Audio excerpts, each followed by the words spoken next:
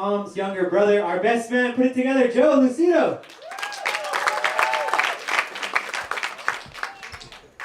Yes, my bio is extremely accurate. I am a dyslexic speed reader who reads books on how to read books. So yes, that is true. I just want to thank everybody. I really appreciate you giving me your full attention for the next 35 to 40 minutes. It's going to be really special. That was an example of a great joke. There's many great jokes to come. Yes, I am Tom's younger, slightly more fit, balder brother. We're Irish twins, which you will see has been a real nightmare for my parents growing up with some of the stories that I'm going to tell. But a few housekeeping notes. Jess, you look incredible. This is perfect. It's a perfect example of your personality, which is elegant and classy and carefree and just easygoing, which you're going to have to be because you're married to my brother. He's not the best with details, as some of you may know. Yeah. I'd also like to thank my parents, wherever they are at. We put them through hell. We're putting them through hell. I'm sorry. I love you. Thank you. I'm sorry. And I'm sorry. But yeah, I'm a big believer in karma, which means Tom and I have a very long road ahead when it comes to having kids. That's just be a nightmare. But anyway, I was told the best man speech has like 3 really good ingredients. And one is compliment the bride. Check. 2, have a lot of great jokes. Check. Checkmate. And 3, a bunch of really embarrassing and endearing stories about the groom. So here we go. The first story is one of chaos. Tom and I were adventurous children, if you can imagine.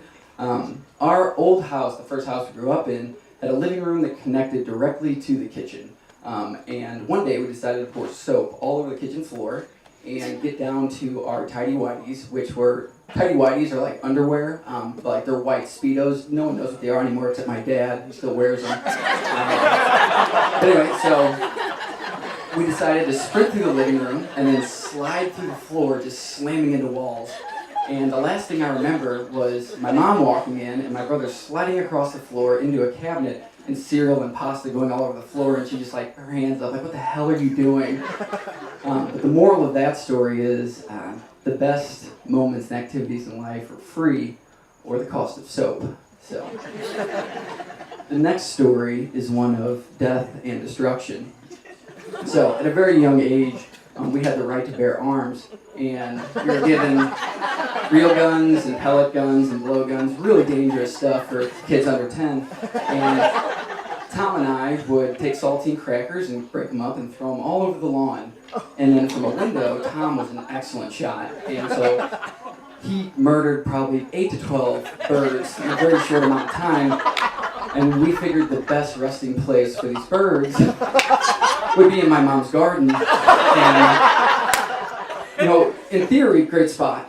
But then they started to decay and flies, garden ruined, again, mom hands up. What are you doing? That's half her fault.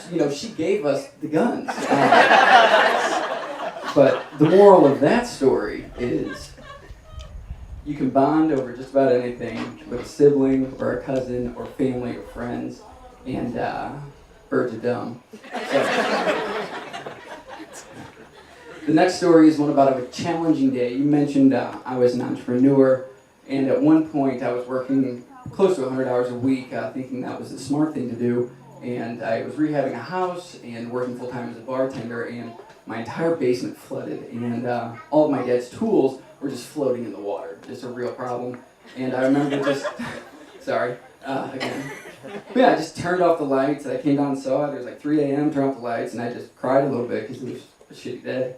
A poopy day. But yeah, the next morning I woke up and my dad and my business partner and Tom were there just pumping water out. And I remember Tom looking at me and just be like, take the day off. We got it. And it was, the moral of that story is people show up really when you need it. And then the last story, sorry, there's something in the air. It's weird. Is one of change, and I've watched my brother change complete industries and life paths. It's just been really unbelievable watching him get promotion after promotion, in 1 year. just a handful of books, a few seminars later, and you just see a dog learning new tricks. It's just great.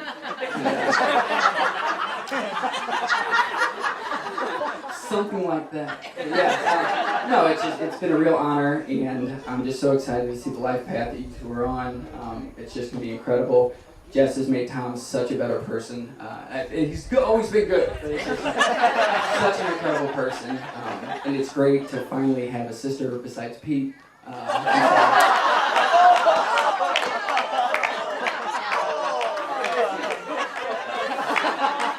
I just want to say I love you so much already, and welcome to the family.